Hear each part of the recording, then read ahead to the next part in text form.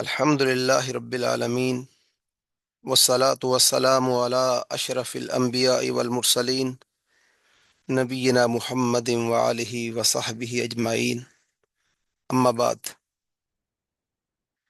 عزیز طلبہ، آج ہم سورہ الحجرات کے حوالے سے چند آیات ہم پڑھنے جا رہے ہیں۔ تو کام کی ترتیب اس طرح ہے کہ آیات 1 سے 5 تک، اور اس کے بعد 10 تا 13 یہ آیات جو ہیں یہ ایگزامینیشن پوائنٹ آف ویو سے ہیں، ان کے اوپر خصوصی طور پر فوکس کیا جائے گا، اور بالعموم سورہ حجرات کی باقی آیات کے بارے میں وضاحت کرنے کی کوشش کروں گا۔ اللہ کے حضور دعا ہے کہ اللہ مجھے اس میں کامیابی عطا فرمائے۔ آئیے سورت کا آغاز ہم کرتے ہیں۔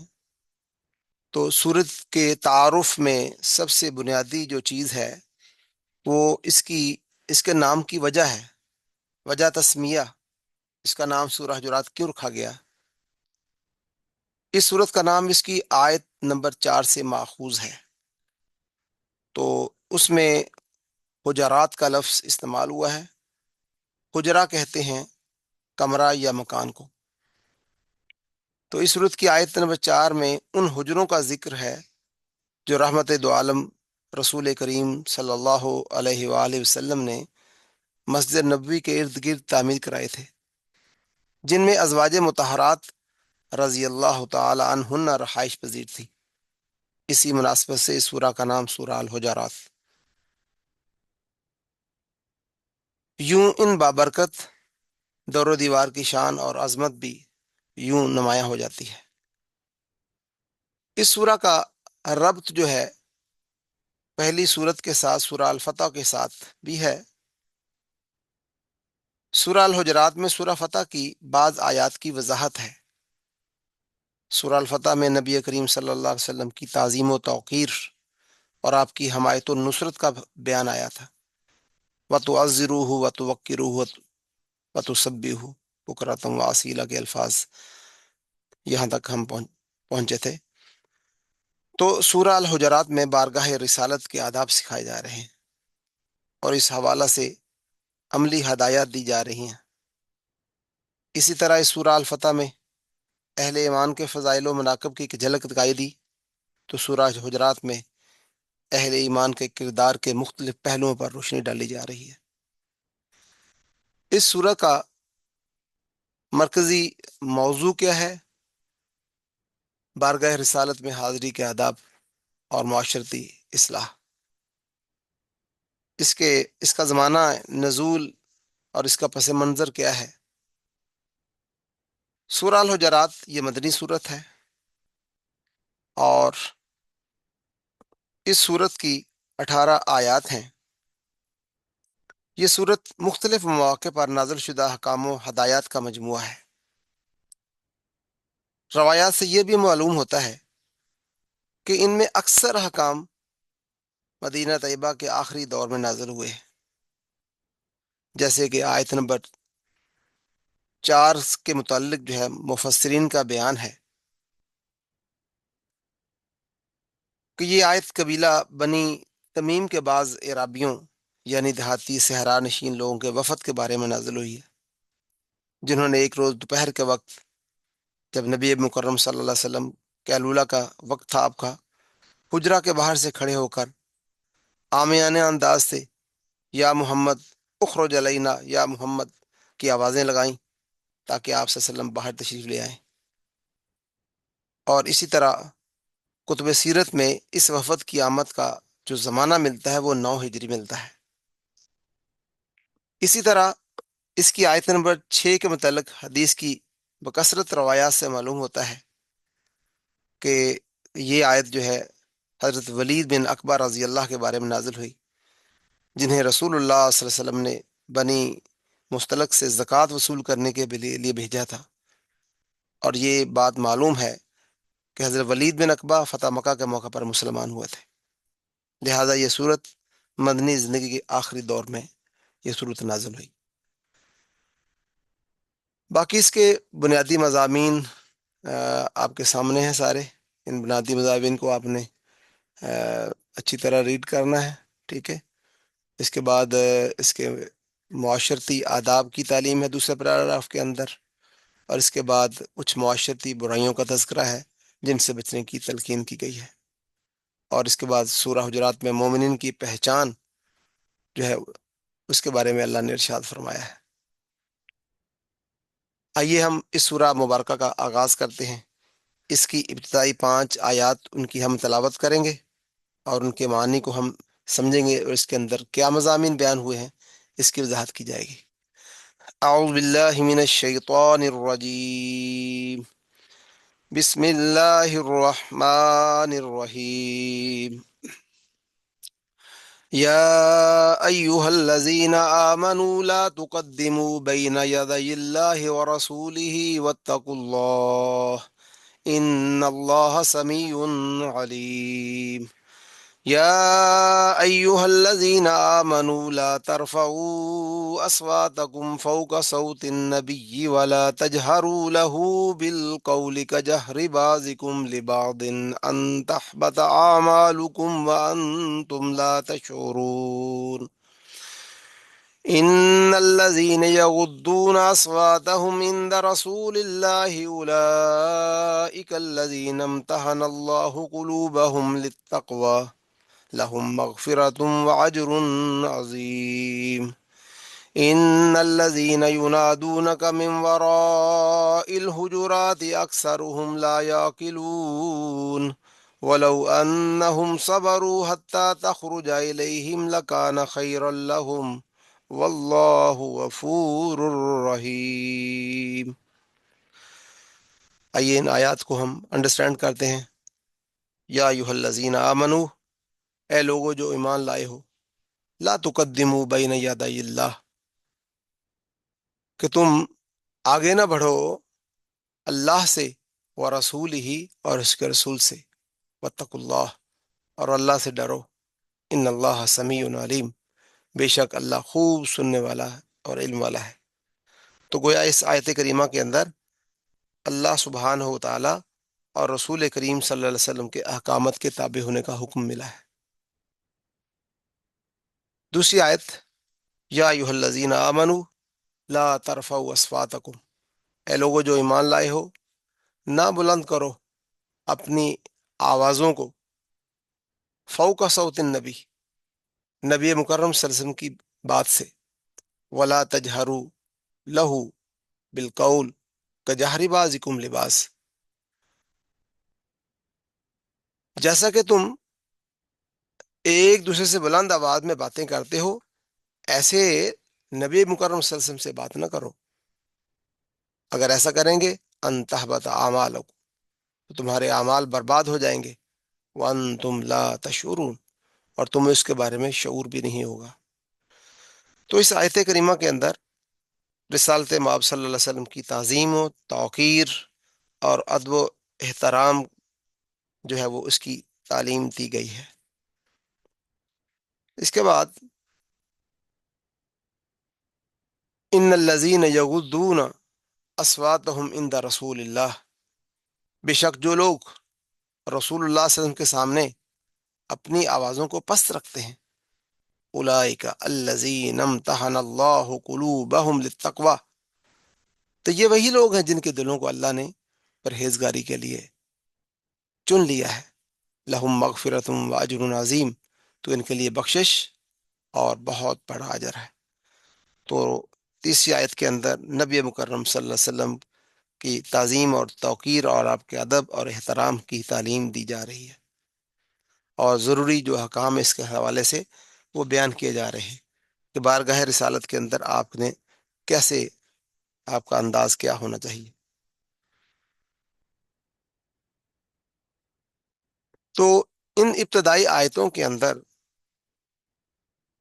رسول اللہ صلی اللہ علیہ وآلہ وسلم کی پہلی آیت کے اندر اطاعت کا حکم دیا گیا ہے، اللہ اور اللہ کے رسول کی اطاعت. ابو ہریرہ رضی اللہ تعالیٰ عنہ سے صحیح بخاری کے اندر روایت ہے کہ رسول اللہ صلی اللہ علیہ وسلم نے فرمایا، جس نے میری اطاعت کی اس نے اللہ کی اطاعت کی، اور جس نے میری نافرمانی کی اس نے اللہ کی نافرمانی کی۔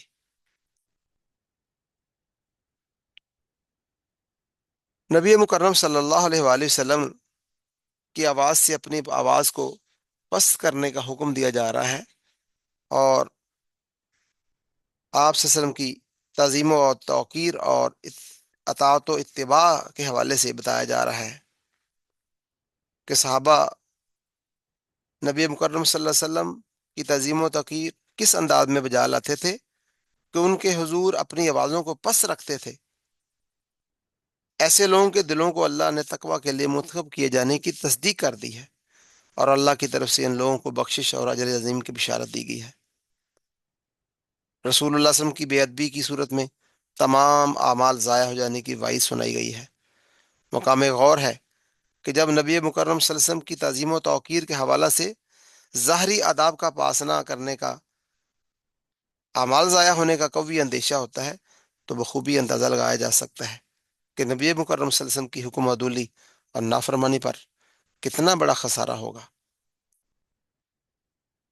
نبی مکرم صلی اللہ علیہ وسلم کی توقیر و تعظیم اور اطاعت و اتباع کے حوالہ سے گویا اس حقیقت کو بیان کر دیا گیا ہے کہ جوں جوں دنیا بھر کے مسلمان نبی اکرم صلی اللہ علیہ وسلم کو مرکز عقیدت، مرکز اطاعت اور مرکز اتباع مانتے ہیں، آپ صلی اللہ علیہ وسلم کے قریب ہوں گے، ویسے ویسے ان کے باہمی اخوت، اتحاد اور یکجہتی کا عمل بھی بڑھتا جائے گا۔ ان الذین ینادونک من وراء الحجرات، چوتھی آیت کا تذکرہ جو میں نے پہلے بھی کیا تھا کہ یہ اس کے متعلق بعض مفسرین کا خیال ہے کہ یہ بنی تمیم کے اعرابیوں کے بارے میں ہے، جو اللہ کے نبی صلی اللہ علیہ وسلم کے قیلولہ کے وقت آپ صلی اللہ علیہ وسلم کے حجرہ مبارک کے باہر سے آ کے آوازیں دیتے تھے، ان کے بارے میں ہے۔ ان الذین ینادونک، اے حبیب خاتم النبیین صلی اللہ علیہ وسلم، بے شک وہ لوگ جو آپ کے من وراء الحجرات، حجروں کے باہر سے آپ کو آوازیں دیتے ہیں یا آپ کو پکارتے ہیں۔ یہ کیا ہے؟ اکثرہم لا یعقلون، ان میں سے اکثر لوگ عقل نہیں رکھتے۔ تو گویا ان لوگوں بنی تمیم کے ان عرابیوں کے بارے میں اللہ نے کہہ دیا یہ اکثر لوگ عقل نہیں رکھتے۔ وَلَوْ أَنَّهُمْ صَبَرُوا، بے شک اگر وہ لوگ صبر کرتے، حتیٰ تخرج الیہم، یہاں تک کہ آپ خود ان کی طرف باہر تشریف لے آتے، لکان خیر اللہم، تو یہ ان کے لیے بہتر ہوتا۔ واللہ غفور رحیم، اور اللہ جو ہے بخشنے والا نہایت مہربان ہے۔ تو یہ ابتدائی 5 آیتیں عزیز طلبہ، ان آیات کا ترجمہ اور انہی میں سے ڈیفیکلٹ ورڈز کے میننگ جو ہے ایکسرسائز میں آگے دیے ہوں گے، ان میں سے آپ نے ڈیفیکلٹ ورڈ جو ہیں ان کے معنی جو ہیں وہ بھی یاد کرنے، ان آیتوں کا ترجمہ بھی آپ نے یاد کرنا ہے۔ اس کے بعد ہم تھوڑا سا آگے بڑھتے ہیں آیت نمبر 10 کی طرف، چونکہ 10 سے 13 تک ہم نے آیات جو ہے وہ ان کی تلاوت کرنی ہے، اور ان کو ہم نے انڈرسٹینڈ کرنا ہے۔ یہ ایگزامینیشن پوائنٹ آف ویو کے حوالے سے اس کے مضامین تو بہت زیادہ ہیں، تو میں فوکس کروں گا کہ ٹو دی پوائنٹ آپ سے بات کروں۔ 10ویں آیت ہے، انما المؤمنون اخوہ فاصلحوا بین اخویکم واتقوا اللہ لعلکم ترحمون، بے شک سب اہل ایمان تو آپس میں بھائی بھائی ہیں، پس اپنے دو بھائیوں کے درمیان صلح کرا دیا کرو، اور اللہ کی نافرمانی سے ڈرو تاکہ تم پر رحم کیا جائے۔ تو انما المؤمنون اخوہ، یہ بھائی بندی، اس کا تذکرہ اس سورہ مبارکہ کی اس آیت کریمہ کے اندر بیان کر دیا گیا ہے۔ حضرت ام کلثوم بنت عقبہ رضی اللہ تعالیٰ بیان کرتی ہیں کہ انہوں نے نبی کریم صلی اللہ علیہ وسلم کو فرماتے ہوئے سنا، وہ شخص جھوٹا نہیں جو لوگوں کے درمیان صلح کرواتا ہے، یعنی صلح کرانے کے لیے کوئی خلاف واقعہ بات کرتا ہے تو وہ خیر میں اضافہ کر رہا ہے یا وہ بھلائی کی بات کر رہا ہے۔ تو تمام مسلمان بھائی بھائی ہیں، تو اسی بھائی بندی کے حوالے سے حضرت انس رضی اللہ بیان کرتے ہیں کہ رسول اللہ صلی اللہ علیہ وسلم نے فرمایا، اپنے بھائی کی مدد کرو، ظالم ہو تو بھی اور مظلوم ہو تو بھی۔ ایک صحابی نے کہا، یا رسول اللہ صلی اللہ علیہ وسلم، مظلوم ہونے کی حالت تو ظاہر ہے، تاہم ظالم ہونے کی حالت میں کیسے اس کی مدد کی جائے؟ تو آپ صلی اللہ علیہ وسلم نے فرمایا اسے ظلم سے باز رکھو، یہی اس کی مدد ہے۔ یہ بھائی بندی، اسلامی بھائی بندی، اس کا تذکرہ جو ہے، اسی طرح حضرت سالم رضی اللہ تعالیٰ عنہ اپنے والد سے روایت کرتے ہیں کہ رسول اللہ صلی اللہ علیہ وسلم نے فرمایا مسلمان مسلمان کا بھائی ہے، نہ اس پر ظلم کرتا ہے، نہ اسی کسی ظالم کے سپرد کرتا ہے، اور جو شخص اپنے کسی بھائی کی ضرورت پوری کرنے میں لگا ہوا ہوگا، اللہ سبحانہ و تعالیٰ اس کی ضرورت اور حاجت پوری فرمائے گا، اور جو کوئی کسی مسلمان کی مصیبت دور کرے، اللہ سبحانہ و تعالیٰ اس کی قیامت کے دن کی مصیبتوں میں سے اس کی مصیبت دور فرمائے گا، اور جس نے کسی مسلمان کا پردہ رکھا، قیامت کے دن اللہ اس کا پردہ رکھے گا۔ ابو ہریرہ رضی اللہ تعالیٰ کی یہ روایت ہے جامع ترمذی کے اندر، رسول اللہ صلی اللہ علیہ وسلم نے فرمایا مسلمان مسلمان کا بھائی ہے، وہ اس کے معاملہ میں خیانت نہیں کرتا، اس سے جھوٹ نہیں بولتا، اور نہ ہی اس کو رسوا کرتا ہے۔ عزیز طلبہ، تو یہ تھی مسلمانوں کے آپس میں بھائی بندی کے حوالے سے چند روایات جو میں نے آپ کو گوشت گزار کی۔ اس کے بعد کچھ معاشرتی آداب بیان ہیں، اس کے اندر ان کی طرف خصوصی طور پر توجہ دینے کی ضرورت ہے۔ یا ایھا الذین آمنوا لا یسخر قوم من قوم عسى ان یکون خیرا منہم ولا نساء من نساء عسى ان یکن خیرا منہن ولا تلمزوا انفسکم ولا تنابزوا بالالقاب بئس الاسم الفسوق بعد الایمان ومن لم یتب فاولئک هم الظالمون۔ اس کے بعد اگلی آیاتوں کی بھی وضاحت کروں گا۔ یا ایھا الذین آمنوا، اے لوگو جو ایمان لائے ہو، لا یسخر قوم من قوم، کہ مردوں کا کوئی گروہ دوسرے مردوں کا مذاق نہ اڑائے، عسیٰ ان یکونوا خیرا منہم، ممکن ہے وہ لوگ ان مذاق کرنے والوں سے بہتر ہوں، ولا نساء من نساء، اور نہ عورتیں دوسری عورتوں کا مذاق اڑائیں، عسیٰ ان یکن خیرا منہن، ممکن ہے کہ وہ ان مذاق کرنے والی عورتوں سے بہتر ہوں، ولا تلمزوا انفسکم، اور تم آپس میں ایک دوسرے کو تانا نہ دیا کرو، ولا تنابزوا بالالقاب، اور ایک دوسرے کو برے القاب کے ساتھ نہ پکارو، بئس الاسم الفسوق بعد الایمان، ایمان کے بعد یہ برے القاب رکھنا، یہ فسق، یہ بہت برا نام ہے۔ ومن لم یتب، اور جو کوئی توبہ نہ کرے، فاولئک هم الظالمون، تو وہ ظالموں میں اس کا شمار ہوگا۔ تو اس میں معاشرتی جو آداب بیان ہو رہے ہیں، ان آداب کی طرف ہمیں توجہ کرنے کی ضرورت ہے۔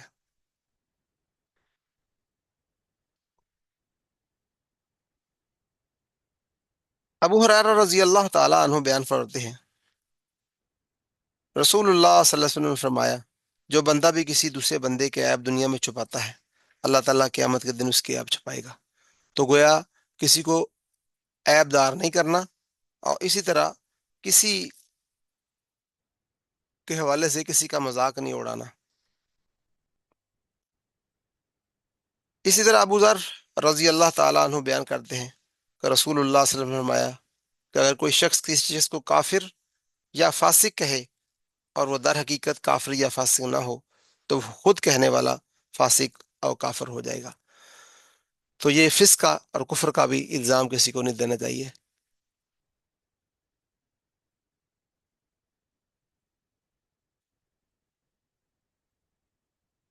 اس کے بعد ولا تلمزوا انفسکم، یہ تانا دینا جو ہے، یہ تانا زنی، یہ بھی اس سے بھی منع کر دیا گیا ہے۔ اور اسی طرح غیبت کے حوالے سے بھی آگے جو اگلی آیتوں کے اندر اللہ فرما رہے ہیں یا ایھا الذین آمنوا اجتنبوا کثیرا من الظن، اے ایمان والو بدگمانی سے بچو، ان الظن، ان بعض الظن اسم، بے شک بعض گمان جو ہیں وہ گناہ ہے، ولا تجسسوا، اور کسی کی جاسوسی نہ کرو، ولا یغتب بعضکم بعضا، اور نہ ایک دوسرے کی غیبت کیا کرو۔ ایحب احدکم ان یاکل لحم اخیہ میتا فکرہتموہ، کیا تم میں سے کوئی شخص پسند کرتا ہے کہ وہ اپنے مردہ بھائی کا گوشت کھائے؟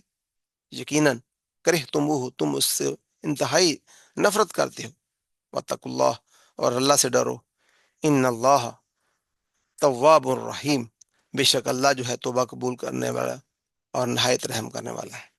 تو ان آیات کے اندر جو ہے ہمیں جن چیزوں سے منع کیا گیا ہے وہ ہے بدگمانی، کسی کے بارے میں برا گمان رکھنا۔ بدگمانی سے منع کیا گیا ہے، غیبت سے منع کیا گیا ہے۔ ابو ہریرہ رضی اللہ تعالیٰ سے روایت ہے، رسول اللہ صلی اللہ علیہ وسلم نے فرمایا بدگمانی سے بچو، کیونکہ بدگمانی سب سے بڑا جھوٹ ہے۔ کسی کی خفیہ باتوں کو معلوم نہ کرو، کسی کا عیب تلاش نہ کرو، قیمت بڑھانے کے لیے بولی نہ لگاؤ، حسد نہ کرو، بغض نہ رکھو، اور کسی کی پیٹھ پیچھے برائی نہ کرو، بلکہ اللہ تعالیٰ کے بندے بن جاؤ، بھائی بھائی بن کے رہو۔ بخاری اور مسلم میں یہ ابو ہریرہ رضی اللہ تعالیٰ نے اللہ کے نبی صلی اللہ علیہ وسلم کا یہ فرمان بیان کیا ہے۔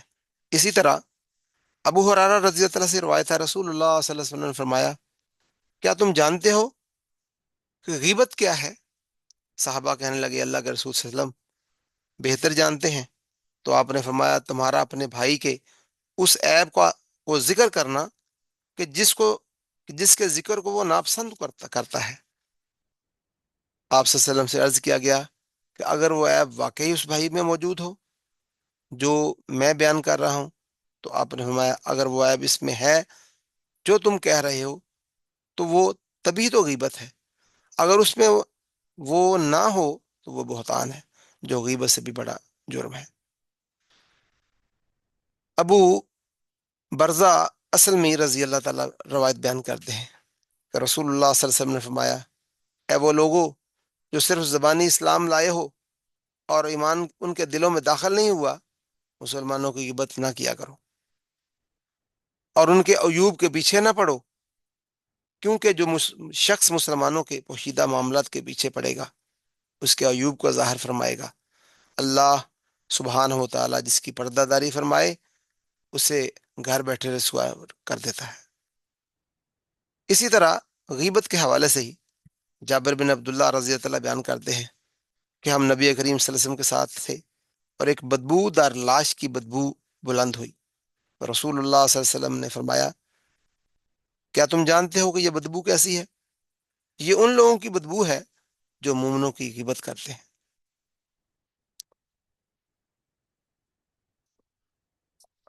اس کے بعد اگلی آیات کی طرف ہم بڑھتے ہیں۔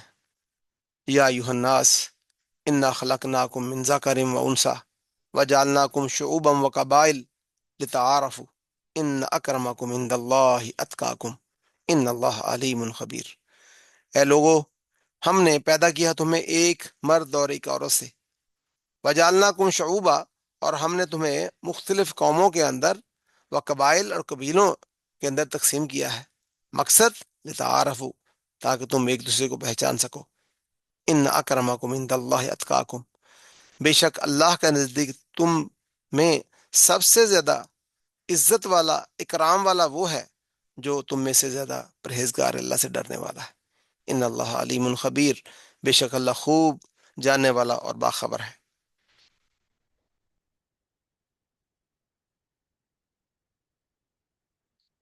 حضرت سفیان بن عبداللہ ثقفی رضی اللہ بیان کرتے ہیں کہ میں نے عرض کیا یا رسول اللہ صلی اللہ علیہ وسلم مجھے اسلام کی کوئی ایسی بات بتا دیجئے کہ پھر میں اس کے بعد آپ سے کسی چیز کا سوال نہ کروں۔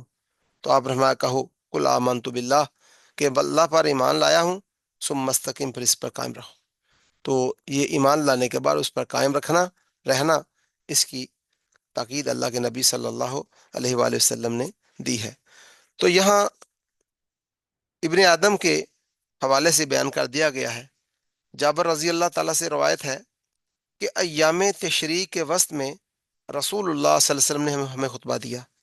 یہاں میں وضاحت کرتا چلوں، یہ ایام تشریق کون سے دن ہیں؟ یہ ذوالحجہ کے یہ 3 دن ہیں، 11 ذوالحجہ، 12 ذوالحجہ اور 13 ذوالحجہ، یہ حج کے دن ہیں۔ ان دنوں کے اندر حج کیا جاتا ہے۔ یہ اسی طرح انہیں ایام تشریق کہتے ہیں۔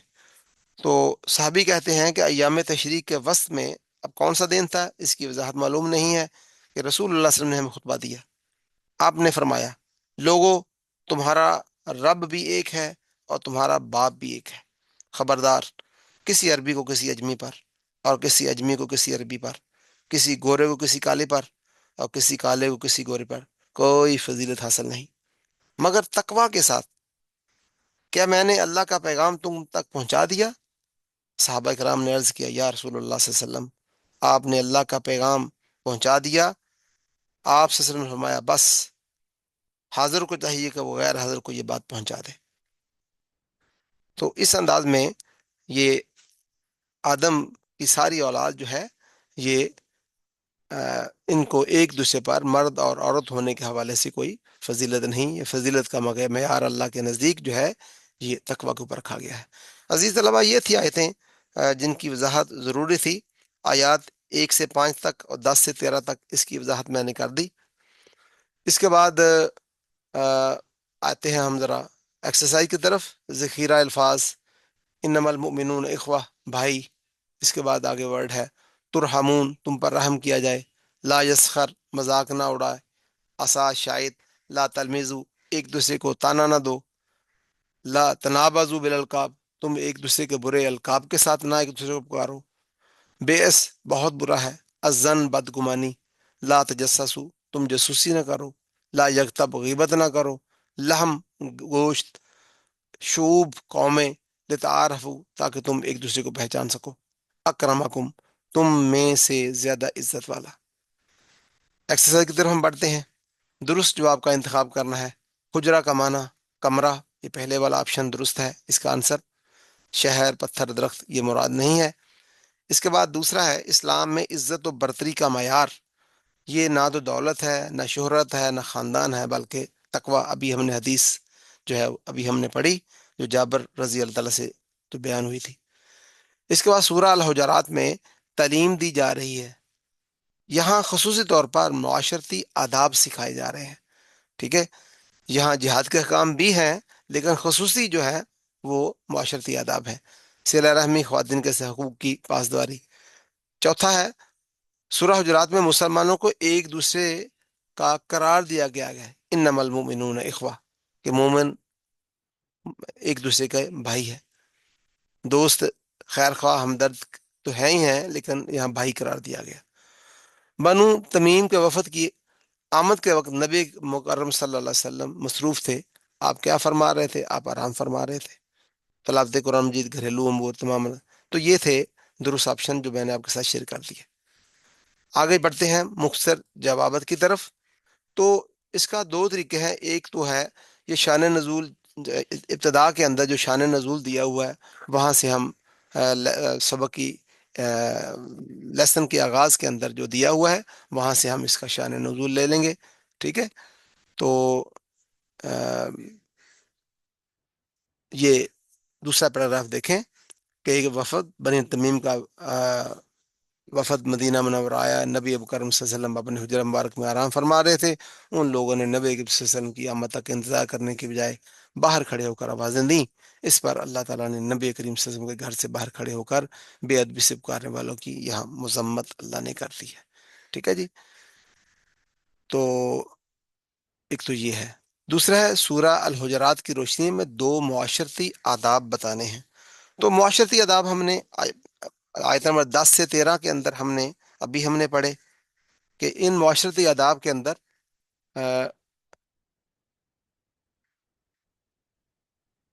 ایک تو کوئی مرد کسی مرد کا مذاق نہ اڑائے، ٹھیک ہے۔ اسی طرح کوئی عورت کسی عورت کا مذاق نہ اڑائے۔ ایک دوسرے کو آپس میں تانا نہ دیا جائے، ایک دوسرے کو ساتھ برے القاب سے نہ پکارا جائے، ٹھیک ہے۔ اسی طرح گمانی سے بچنا جائے، اور جاسوسی نہ کسی کی جائے، کسی کو غیبت کسی کی نہ کی جائے۔ تو یہ معاشرتی آداب ہیں۔ اسی طرح دو معاشرتی آداب جو ہیں، جھگڑا اگر ہو جاتا ہے تو اس کے حوالے سے بھی یہی بیان ہوا کہ معاشرتی آداب کے اندر، تھوڑا سا پیچھے میں دکھاتا ہوں ابھی آپ کو، ہاں جی، معاشرتی آداب یہ ہیں، وَإِن طَائِفَتَانِ مِنَ الْمُؤْمِنِينَ، اقتتلوا فاصلحوا بینہما، یہ دو معاشرتی آداب جو ہیں آیت نمبر 9 کے اندر جو بیان ہوئے ہیں، اگر مومنوں میں سے دو گروہ آپس میں لڑ پڑیں تو پھر کیا کرنا ہے؟ معاشرتی ادب کیا ہے؟ فاصلحوا بینہما، تو ان دونوں کے درمیان صلح کرانی ہے، ٹھیک ہے؟ نبی مکرم صلی اللہ علیہ وسلم نے اسی صلح کے حوالے سے فرمایا وَالصُّلْحُ خیر، صلح کرانا ہی بہتر ہے۔ اور اسی صلح کے حوالے سے اللہ کے نبی صلی اللہ علیہ وآلہ وسلم نے کا فرمان ہے ہمیں، اگر صلح کرانے کے لیے اگر اس میں تھوڑا سا توریہ کا بھی انداز اپنایا جائے تو اس کو وہ بھی اپنایا جا سکتا ہے۔